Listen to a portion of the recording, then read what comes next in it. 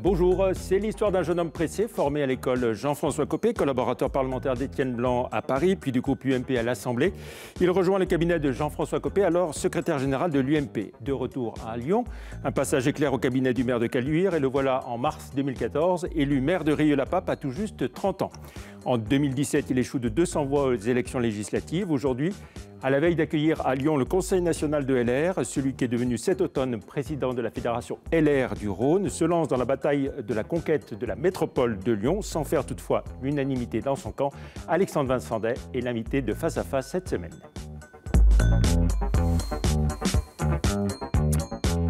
Bonjour Alexandre Vincendet. Bonjour, merci de m'avoir invité. Ce Conseil national de LR, samedi, ici à Lyon, sur les terres de Laurent Wauquiez, d'Étienne Blanc et de vous-même, c'est une reconnaissance pour vous? C'est pas une reconnaissance pour Alexandre Vincendet, c'est une reconnaissance pour l'ensemble du travail qui est fait par la Fédération du Rhône, par les cadres, par les militants.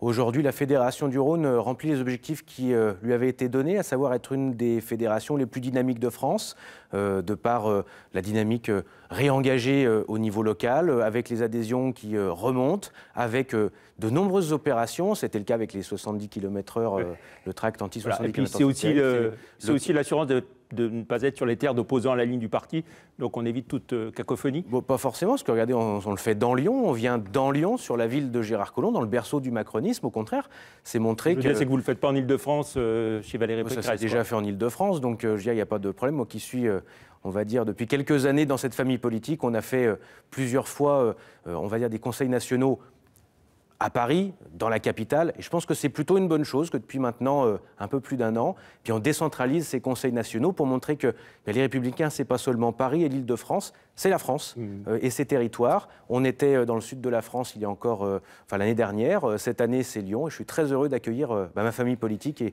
mes amis politiques dans cette belle métropole. Le grand débat national qui risque de se prolonger de quelques jours pour permettre à tout le monde de s'exprimer, et puis surtout au président de finir son tour de France des régions, c'est une bonne chose à votre avis ?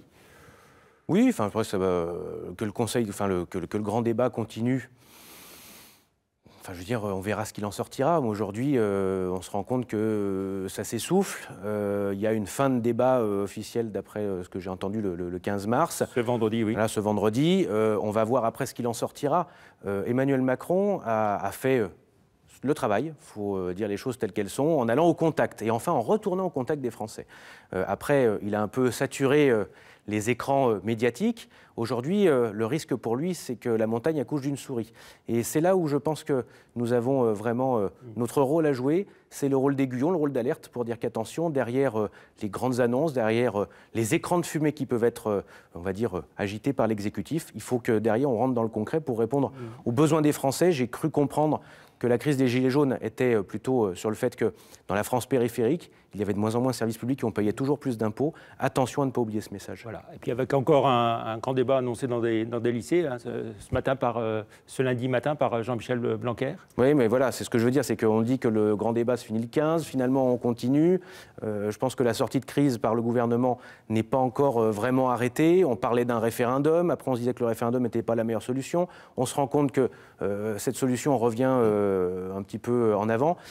Je pense qu'il serait temps à un moment qu'on siffle la fin de la partie, qu'on dise voilà, on vous a bien entendu. Vous-même, vous avez été assez hésitant, hein, le mouvement LR a décidé à participer ou pas. Finalement, vous avez décidé de participer, de faire des propositions. Et vous, est-ce que vous avez organisé des réunions à Rieux-la-Pape ? Alors à Rieux-la-Pape, nous, on est avec Patrice Verchère, hein, qui est le secrétaire départemental des Républicains du Rhône. On a eu une position assez simple, qui est de dire ce ne sont pas aux maires d'organiser, d'être en première ligne de ce grand débat. Pourquoi ? Pour une bonne et simple raison, c'est que ce sont des mesures nationales votées par la majorité présidentielle, voulues par Emmanuel Macron et son gouvernement, qui ont un petit peu mis le feu aux poudres, alors même que nous qui étions dans l'opposition... en partie des mesures que vous souteniez... les hausses d'impôts, on n'a jamais soutenu les hausses d'impôts. Lors de la campagne... lors des hausses d'impôts... Lors de la campagne électorale. Hein. La suppression de l'impôt sur la fortune, c'était dans votre programme. Oui, par contre, la création de l'impôt sur la fortune immobilière, par exemple, c'est-à-dire que si vous avez 50 millions d'euros d'obligations, ils sortent du calcul de l'ISF, mais par contre, si vous avez des biens immobiliers, ils rentrent dedans. Aujourd'hui, en fait, peu ou prou, on se rend compte que la mesure n'est pas très bonne. Pourquoi n'avoir pas taxé le capital, comme par exemple le travail? C'est des choses qui pouvaient être envisagées en supprimant l'ISF et en arrivant à le refonder. Moi, j'avais défendu lors de la campagne législative. Il est prévu d'augmenter la TVA aussi, ça c'était bien nouveau. Moi, j'étais pas forcément pour, mais ça, après, c'était les spécificités de chacun au sein de notre famille politique. Et on avait été un certain nombre à tirer la sonnette d'alarme pendant la campagne présidentielle qu'il fallait entendre les classes moyennes et les classes populaires. Force est de constater qu'elles ne nous ont pas fait confiance en 2017. Et le but, ça va être aussi de les reconquérir. Qu'est-ce qu'on retrouve le plus dans les cahiers de doléances qui ont dû être organisés dans votre mairie? Alors nous, on a mis en place en effet un cahier de doléances. J'ai mis à disposition une salle municipale, gracieusement, avec l'ensemble du matériel pour pouvoir organiser une réunion et un débat. Aujourd'hui, ce qu'il en ressort, bien sûr, c'est le poids de la fiscalité dans notre pays. C'est la première chose qui ressort, le pouvoir d'achat. Et on se rend compte, par contre, qu'en fonction de la sociologie des gens qui se rendent dans les débats ou qui viennent faire des doléances, bien sûr, les besoins ne sont pas les mêmes ou les demandes ne sont pas les mêmes. Plus vous arrivez sur des classes populaires, des classes moyennes en difficulté, vous arrivez sur vraiment systématiquement un besoin en termes de sécurité, en termes de pouvoir d'achat, c'est-à-dire la sécurisation de son quotidien, alors que quand on est sur on va dire sur des personnes qui sont un peu plus aisées, pour qui le quotidien est un peu plus facile, on est sur des problématiques, on va dire, plus globales. C'est la défense de l'environnement, c'est le retour de la nature en ville, les mobilités, c'est également quelque chose qui est extrêmement important. Mais le but, c'est pas de mettre en opposition ces différentes demandes, c'est d'arriver justement à faire réentendre dans ce pays des gens qui ne se parlent plus et, pour reprendre une expression d'un ancien ministre de l'Intérieur, des gens qui aujourd'hui se font face. Le but, c'est que demain, ils soient côte à côte pour avancer ensemble. Alors, Alexandre Vincent, dans un an tout juste, en mars 2020, nous serons en pleine élection municipale et métropolitaine. Pour la métropole de Lyon, ce sera une grande première au suffrage universel. Vous êtes candidat à cette présidence. Je suis candidat à la candidature pour être chef de file de ma famille politique. Nous sommes 2 candidats à la candidature et il reviendra donc soit nous entendre au niveau local, soit de faire trancher ce choix pour que le parti puisse ensuite choisir le meilleur chef de file. L'autre candidat, c'est François-Noël Buffet, on va y revenir. Alors, vous avez soutenu Étienne Blanc à la mairie de Lyon en échange de son soutien à votre candidature à la métropole. Non, alors moi, croc politique. J'ai pas l'habitude de demander, de donner mon soutien à quelqu'un en échange de quelque chose ou de quoi que ce soit. J'ai soutenu Jean-François Copé jusqu'au bout dans son aventure à la primaire, qui n'a pas été couronnée de succès, loin s'en faut, où Jean-Françoa Copé avait fait un petit score. J'avais strictement rien demandé en échange. On a fait 0,3% des voix. Je tiens à rappeler que Étienne Blanc, c'est quelqu'un aussi avec qui il y a une histoire politique. Oui, vous avez commencé en étant avec collaborateur parlementaire à Paris. C'est lui qui m'a repéré, c'est lui qui m'a lancé en politique avant que je sois repéré à l'époque par les équipes de Jean-François Copé, que je fasse le parcours que vous avez très bien résumé en introduction. Et le choix d'Étienne Blanc, non, c'est le choix de la conviction. Aujourd'hui, c'est le meilleur candidat qu'on pouvait présenter à Lyon. Il a la compétence, il a l'épaisseur, il a le profil pour aujourd'hui pouvoir incarner un nouveau projet pour les Lyonnaises et les Lyonnais. Même si pendant 35 ans, il a été élu ailleurs qu'à Lyon. Oui, mais regardez, votre serviteur n'est pas, alors que je suis maire de Rieux depuis maintenant 5 ans, et que les Riards m'ont renouvelé leur confiance lors des élections législatives, on a fait 61% des voix. Je ne suis pas pourtant un natif de Rieux. Gérard Collomb lui-même n'est pas originaire de Lyon. Je crois savoir qu'il a certaines attaches. Oui, mais il s'est toujours présenté à Lyon. Il s'est toujours présenté, pas toujours. Alors là, justement, il s'est déjà présenté. Non, mais ce que je veux dire, c'est que les années 70, Blanc s'est présenté pendant 35 ans. Oui, mais regardez, élu pendant 35 dans les années 70, Gérard Collomb, la première fois qu'il s'est présenté dans le Rhône, mais pas à Lyon. Il avait été candidat, je vais même vous dire, la première fois qu'on a discuté avec Gérard Collomb, il m'a rappelé que sa première campagne électorale et législative avait lieu, entre autres, à Rieux-la-Pape. Donc, vous voyez, il ne s'est pas toujours présenté sur Lyon. Et je pense qu'on n'est pas forcément dans la métropole lyonnaise. Alors, si vous voulez, pour être un bon candidat et être un bon élu, je pense que la vision est beaucoup plus importante que, on va dire, l'histoire politique. On se souvient comment s'est finie l'histoire avec Dominique Perben en 2008. Donc on se dit, est-ce que les profils sont différents? Les profils sont bien différents. Et puis Étienne Blanc est un homme de terrain. Je pense que le plus important, et ce qui a manqué, je pense, en 2008, c'était, et d'ailleurs on se le dit entre nous quand on discute, c'est la proximité avec les gens du terrain. Et Étienne Blanc, son travail, ça va être de se faire connaître, et le travail est en cours, de proposer une nouvelle vision et d'aller au contact des Lyonnaises et des Lyonnais pour montrer qu'il est celui qui peut aujourd'hui apporter une nouvelle vision. Et je pense, on peut lui faire confiance là-dessus, qu'il va y arriver. Alors, face à la bagarre Collomb-Kimmelfeld, il y aura aussi un combat rude entre François-Noël Buffet et Alexandre Vincent Day? Non, il n'y a pas de combat rude à avoir pour une bonne et simple raison. Pour le moment, si, en tout cas. Alors aujourd'hui, il y a eu quelques noms d'oiseaux, ce n'est pas un drame, ça fait partie de la vie politique. Moi, j'ai une responsabilité. La responsabilité, elle est double. Je suis représentant de cette nouvelle génération d'élus et je suis président de ma famille politique pour les départements du Rhône et la métropole. Mon devoir, c'est l'unité. Vous savez, moi, j'ai participé malheureusement à cette guerre Copé-Fillon en 2012. J'ai vu les fractures terribles que cette guerre a eues pour ma famille politique. Et les répercussions, on les vit, même encore aujourd'hui, après la présidentielle, parce qu'on se rend bien compte qu'il y a une cassure entre les hommes, quand bien même on est tous capables de s'entendre. Et notre devoir, par rapport aux Français, c'est d'afficher un visage d'unité. Qu'il y ait un débat dans une famille politique qui est... on en revient au débat d'aujourd'hui. Hein. Mais qu'il y ait un débat on va laisser Copé-Fillon de côté. Non, mais je veux dire, c'est qu'il y ait un débat dans une famille politique, qui ait une envie de représenter un projet et une vision pour un territoire, et qu'on soit plusieurs, c'est normal, il n'y a aucun problème. Oui. Après, alors on va revenir sur ce que dit François-Noël Buffet quand même. Non-respect de la parole donnée. Chantage aux investitures. Le moins qu'on puisse dire, c'est que le sénateur François-Noël Buffet, il n'y va pas avec le dos de la cuillère. Oui, mais je ne répondrai pas à cela pour une bonne et simple raison. C'est qu'après, encore une fois, je pense que rentrer dans le jeu des petites phrases, c'est complètement sortir de ma responsabilité. Et au-delà de ça... Ça veut dire quoi, qu'il dit vrai ?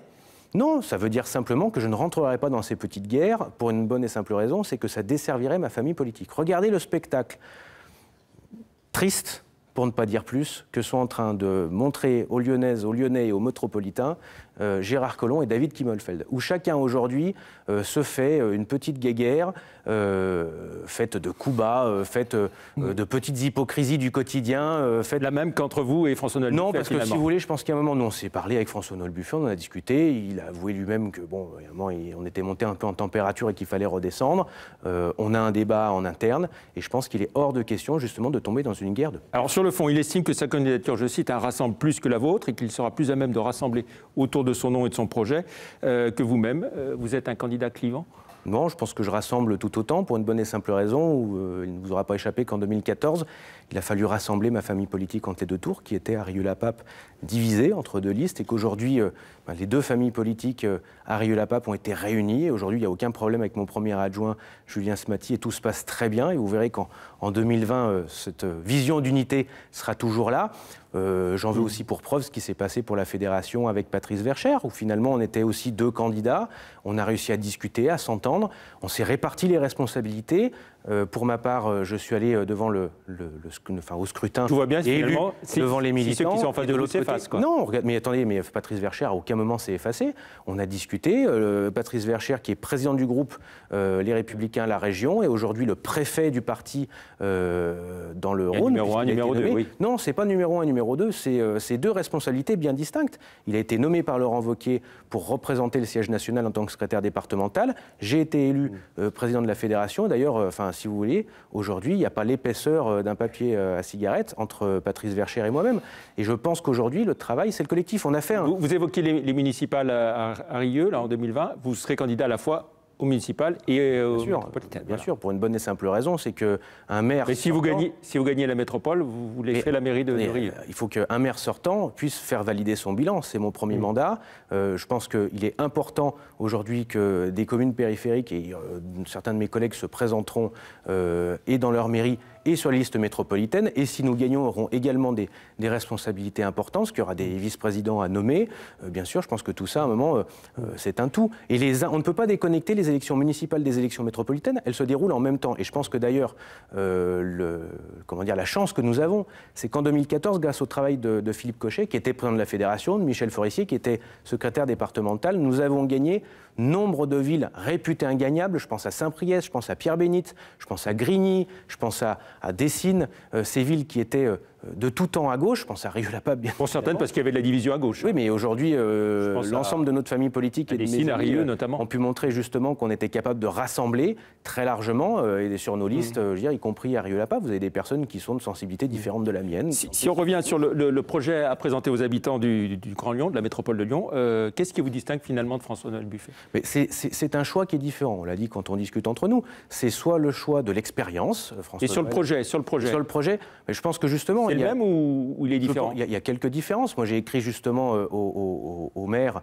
et à mes collègues maires à l'issue d'une conférence métropolitaine en présence de David Kimmelfeld, où j'avais dit que justement, moi, je refusais qu'en 2020, il y ait une métropole à deux vitesses entre les villes qui seront représentées à la métropole et celles qui ne le seront pas. En 2020, plus de 20% des maires ne seront plus représentés. Ça, il faut que les habitants de ces communes le sachent et les habitants de la métropole le sachent. Le scrutin voulu par David Kimmelfeld et comme dans les départements, finalement, tous les maires ne siègent pas au conseil départemental ou à la région, il n'y a pas. Bien d'accord, mais tous les maires la différence fondamentale, les communes de la région. La différence fondamentale, c'est que la métropole de Lyon et le président de la métropole de Lyon conjuguent et fusionnent les pouvoirs d'un président de département et d'un président de communauté d'agglomération, où les communes ont délégué un certain nombre de responsabilités. C'est le cas notamment de l'urbanisme. Et ces choses-là, les maires doivent continuer à avoir la main. Moi, ce que je dénonçais, c'est qu'en 2020, il y a un risque de déni de démocratie si les maires n'ont plus voix au chapitre. Et les maires qui ne siégeront plus demain à la métropole doivent pouvoir gérer, on va dire, la proximité, la subsidiarité. C'est sur le terrain. La conférence territoriale des maires. La conférence territoriale des maires, aujourd'hui, elle est un peu vide. Le Sénat territorial. Je veux dire, le Sénat territorial, ça n'existe pas. La seule chose qui existe dans la loi, c'est la conférence territoriale des maires, qui aujourd'hui est un lieu de débat, un lieu d'échange sympathique, mais qui aujourd'hui n'a pas une grande opérationnalité. Moi, ce que j'ai proposé aux maires, c'est que demain, on leur rende le pouvoir sur des choses qui concernent le quotidien de leurs administrés. Vous savez, rappelez-vous de la campagne, alors, pourtant, vous voyez, je suis un peu fouillé dans les archives, parce qu'à l'époque, je n'avais que 6 ans, c'était en 89, je suis né en 83. La campagne de Michel Noir en 1989, c'était de dire, je vais vous montrer demain que je suis capable de vous dire qui commande celui qui balaye en bas de chez vous. La proximité sur le trou dans le trottoir, la proximité sur la propreté sont des choses qui sont très importantes. C'est pas 20 rue du Lac, de façon très lointaine qu'on va gérer ça. Il faut que ça soit géré par ceux qui ont le contact direct avec les habitants, à savoir les maires, et ceux qui sont finalement les élus les plus légitimes de l'agglomération, à savoir les maires. Un mot sur le dossier des transports, on ne peut pas tous les aborder, mais sur l'anneau des sciences, sur le contournement passé à 2 fois 3 voies pour le contournement Est, quelle est votre position? Je pense qu'il y a un moment, il va falloir remettre à plat aussi la mobilité. Je l'ai dit aussi, il ne faut pas avoir peur de le dire, les 2 premiers mandats de Gérard Collomb entre 2001 et 2014 ont été des mandats où il n'était pas battable. Disons les choses telles qu'elles sont, parce qu'il s'est servi de façon très intelligente et avec un peu de talent. Il a fait du bon travail, qu'il avait un bon bilan. Mais il a fait le travail. Non, c'est une question. Oui, mais je le dis. Enfin, je veux dire, à un moment, il faut savoir reconnaître quand le travail est bien fait. Il a réussi à s'appuyer sur ce qui avait été fait par Michel Noir, par Raymond Barre, en poursuivant le développement des infrastructures et en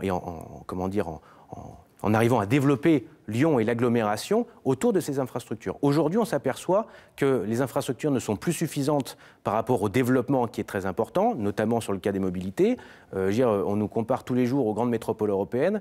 Par exemple, la métropole de Lyon, c'est 30 km de métro, quand l'ensemble des grandes métropoles qu'on veut concurrencer, Stuttgart, Munich, Zurich, Barcelone, c'est plus de 100 km de métro. Ça veut bien dire qu'il manque quelque chose. Beaucoup de kilomètres de tramway, de bus, oui, mais regardez Confluence, par exemple. On sait qu'à Confluence, aujourd'hui, le réseau des déjà la thrombose. Est très regardé. Oui, c'est déjà la thrombose. À Confluence, il y a simplement un tram. On est très loin des enjeux de mobilité et on voit déjà que les bouchons sont permanents le week-end, puisqu'on arrive en bout. On n'a pas voulu pousser les choses très loin avec le métro. On parle du désenclavement de l'ouest lyonnais, on peut parler du désenclavement de l'est lyonnais avec un l'ouest lyonnais, il va y avoir un métro. Dans l'ouest aujourd'hui... Les maires LR d'ailleurs sont très contents. Oui, mais bien sûr, mais par contre derrière... L'arrivée du métro... Oui, le jeu un peu pervers de dire j'essaye de diviser le camp d'en face. Oui, mais j'essaye de diviser le camp d'en face en disant on fait l'ouest, mais par contre l'est attendra. Non, c'est soit on fait tout en même temps, soit on ne le fait pas. Il y a un moment, il faut arrêter la vision à la petite semaine. Il faut un plan de bataille global pour dire aujourd'hui il y a 2 solutions. Soit on a une vision qui est celle de Gérard Collomb et de David Kimmelfeld depuis 2001, qui est de dire on concentre tout sur Lyon et finalement aujourd'hui Lyon, qui est le cœur battant de cette métropole, arrive un petit peu à la thrombose et on le voit très bien, moi qui suis élu depuis 5 ans, ça devient de pire en pire pour circuler. Soit à un moment on dit une métropole une et indivisible. C'est une métropole qui, c'est une ville-cœur qui rayonne sur sa périphérie et qui va aussi aider la périphérie à décoller, qui va tirer aussi la ville-centre vers le haut, qui va aussi un peu la décharger. Regardez ce qui se passe sur la part. Très vite où on surcharge les choses. Oui. Il nous reste très peu de temps, Alexandre Vincendet. Pour les élections municipales, en dehors du cas de Lyon, comment seront désignés les candidats LR, que ce soit Villeurbanne, Vénissieux, Vaux-en-Velin, Bron? Alors, pour les communes, bien sûr, où les maires sont nouvellement élus depuis 2014, tous repartiront, bien évidemment, sauf, à mon avis, exception ou sauf surprise. Donc, bien sûr, il y aura un choix de la Commission nationale d'investiture. Pour les villes à conquérir, et vous les avez citées, il y aura bien sûr un choix de la Commission nationale d'investiture, mais aussi un choix de la Fédération, où le but est d'envoyer aussi des candidats qui partent sur ces terres de mission, comme ça avait été le cas en 2014. Le choix, je l'espère, sera fait d'ici l'été. Je pense à Jérémy Bréau, qui fait un travail extraordinaire à Bron, et je pense que ça, c'est déjà calé. Il n'y a plus de débat. Et vous voyez, c'est quelqu'un qui aujourd'hui n'était pas natif de Bron, qui fait un très gros travail. Il y a Christophe Girard à Vénissieux. Il y a beaucoup encore d'autres amis qui vont partir au combat dans des communes dites difficiles. Et très vite, d'un mot, le plus grand procès devant les prud'hommes de France qui se déroule sur votre commune, chez vous à Rieux, à l'espace 140, le procès de l'amiante, qui oppose plus de 1400 salariés ou anciens salariés de Renault Trucks à leur direction. Ça vous inspire quoi? Alors déjà, premièrement, c'est que vous voyez, on a eu, en fait, les prud'hommes avaient réservé l'espace 140, donc qui est une salle à Rieux, mais sans en avertir la municipalité, en tout cas pour l'utilisation. Donc on était un peu surpris, on va dire, de la coupure de communication qu'il y a eu, puis on l'a appris un peu par la bande. Non, après, ce qui est important, et si vous voyez, sur des procès importants, il y a parfois la périphérie et les territoires périphériques peuvent servir aux institutions nationales de ne pas toujours tout se concentrer sur eux, mais vous voyez, trouver des solutions, c'est plutôt une bonne chose. Et moi, je suis très heureux que, justement, des communes périphériques puissent rentrer dans la philosophie que je vous disais, c'est-à-dire qu'une métropole, c'est pas seulement la ville-centre, mais c'est aussi 58 autres communes qui doivent vivre ensemble. Et c'est comme ça qu'on arrivera et à faire de Lyon une ville où il fait mieux vivre, et d'une périphérie et d'une métropole où justement on arrive à se servir de l'attractivité lyonnaise. Allez, on passe aux questions sur les réseaux sociaux, Alexandre Vincendet. Alors, on va revenir aux questions du dossier des élections européennes avec la déclaration de Jean-François Copé dans la matinale de Public Sénat, Territoire d'Info, à propos de la tribune d'Emmanuel Macron sur l'Europe. Je cite, « C'est ma famille politique qui aurait dû l'écrire, décidément, après Jean-Pierre Raffarin, la droite constructive. » Voilà Jean-François Copé qui soutient Emmanuel Macron sur l'Europe. Vous êtes d'accord avec votre mentor en politique? Vous voyez, c'est malheureusement encore des répercussions de la guerre de 2012, je vous en parlais tout à l'heure. J'ai beaucoup d'amitié, beaucoup de respect, et Jean-François Copé, je lui suis reconnaissant et je lui en serai éternellement reconnaissant. Candidat aux européennes. Non, mais je lui en serai éternellement reconnaissant de m'avoir donné ma chance. Pour autant, je suis en désaccord avec lui là-dessus. Je pense que si nous en sommes là aujourd'hui aussi, c'est que nous n'avons, dans ma famille politique, jamais réussi finalement à trouver cette fameuse troisième voie. On le voit aux européennes, on essaye de jouer soit après moi le déluge, ça c'est Emmanuel Macron et c'est une euro-béatitude absolue, et dire si c'est pas moi, ce sont les extrêmes. Et de l'autre côté, justement, le Front National qui dit si vous ne voulez pas de l'Europe, votez pour nous. Et par exemple, est-ce qu'il est concevable que les élus du Parti populaire européen, dont vous serez, les élus LR, siègent dans le même groupe que ceux de Viktor Orban, le Premier ministre hongrois? Mais c'est toujours ce débat, moi ce débat me sidère un petit peu. Viktor Orban aujourd'hui, non mais vous voyez Nicolas Sarkozy qui est quand même quelqu'un encore d'éminent dans notre famille politique, l'a dit Viktor Orban, il l'a dit lors d'une interview au Point qui avait été saluée pour sa qualité, il l'a dit Viktor Orban aujourd'hui combat l'extrême droite en Hongrie, et l'extrême droite aujourd'hui est réduite à portion congrue en Hongrie. Et Viktor Orban, il est élu démocratiquement. C'est le cas également d'autres gouvernements, c'est le cas du gouvernement polonais. Et il la combat comment, en faisant la politique de l'extrême droite finalement? Pardon? Il la combat en faisant la politique Non, alors vous savez, moi je veux dire, j'ai relu il n'y a pas très longtemps des interviews de Charles Pasqua qui disait une chose. Je pense que Charles Pasqua ne pouvait pas être taxé d'extrémiste. Je pense que la droite a failli quand elle n'est plus allée sur un terrain, c'est-à-dire le terrain de la fierté de la France, le terrain de l'identité de la France, le terrain de la protection des intérêts de la France, on l'a laissé aux extrêmes. Et vous savez, le but, et moi j'en suis convaincu, c'est pas, si on veut battre le Front National et les extrêmes, ou le Rassemblement National, c'est pas en leur courant après, en reprenant les mêmes idées. Par contre, c'est réinvestir des champs on a que nous l'impression que c'est ce que fait Laurent Wauquiez. Hein. Non, pas du tout. Je pense qu'il y a un moment, c'est simplement redevenons nous-mêmes. Osons parler de sécurité, d'autorité de l'État, osons parler de la fierté d'être français. C'est quand même pas interdit, c'est quand même pas... Enfin, je veux dire, vous savez, il y a des personnes, et moi qui suis maire d'une ville comme Rieux-la-Pape, où il y a plus de 80 nationalités différentes, je croise tous les jours des gens qui sont français depuis quelques années, qui me disent, mais qu'est-ce qu'on est fiers d'être Jean-François Copé, il a aussi regretté que la direction de LR passe plus son temps à jeter des anathèmes et à exclure plutôt qu'à rassembler. Il a raison. En tout cas, ce qui s'est passé sur le trio de tête pour les élections européennes montre cette volonté de rassemblement.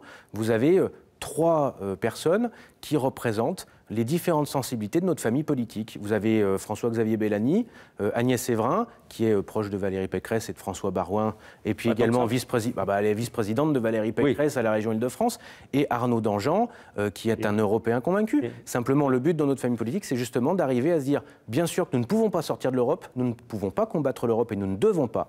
Par contre, c'est réformer ces institutions européennes qui aujourd'hui, tout le monde peut au moins en convenir, ne fonctionnent plus, ou en tout cas pas de manière optimale. Et c'est rendons un petit peu de souveraineté aux États en leur disant, voilà, tout ne doit pas se décider trop. Vous voyez, on parlait de la métropole. François-Xavier Bellamy est une bonne tête de liste pour vous ?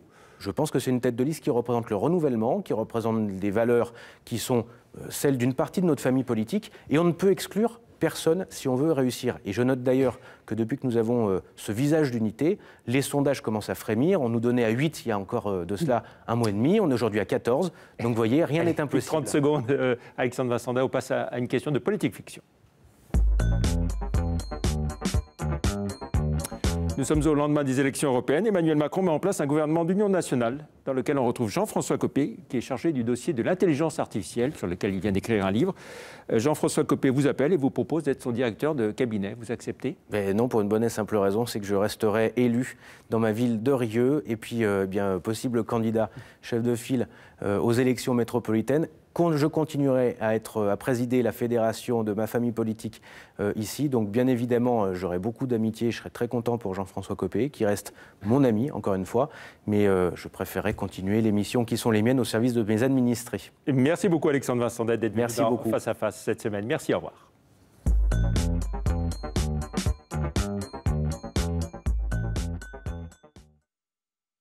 La vie des entreprises.